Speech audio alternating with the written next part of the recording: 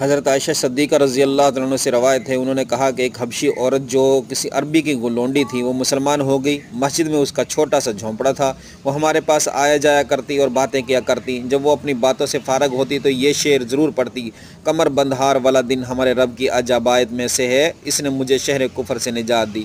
جب کئی مرتبہ اس نے یہ شعر پڑھا تو حضرت عائشہ صدیقہ نے اس کا پس منظر پوچھا تو اس نے کہا میری مالک کی ایک لڑکی تھی جو باہر نکلی اور سرخ ہیروں کا ایک ہار پہنے ہوئے تھی، وہ اس سے گر گیا تو ایک چیل اس پر جھپٹی اور اسے گوشت سمجھ کر اٹھا کر لے گئی۔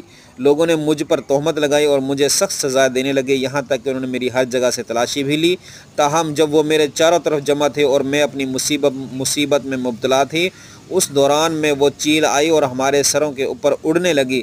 پھر اس نے وہی ہار نیچے گرا دیا۔ لوگوں نے اسے اٹھایا تو میں نے ان سے کہا یہ ہار وہ ہے جس کی تم نے مجھ پر تہمت لگائی تھی، حالانکہ میں بالکل بے گناہ تھی۔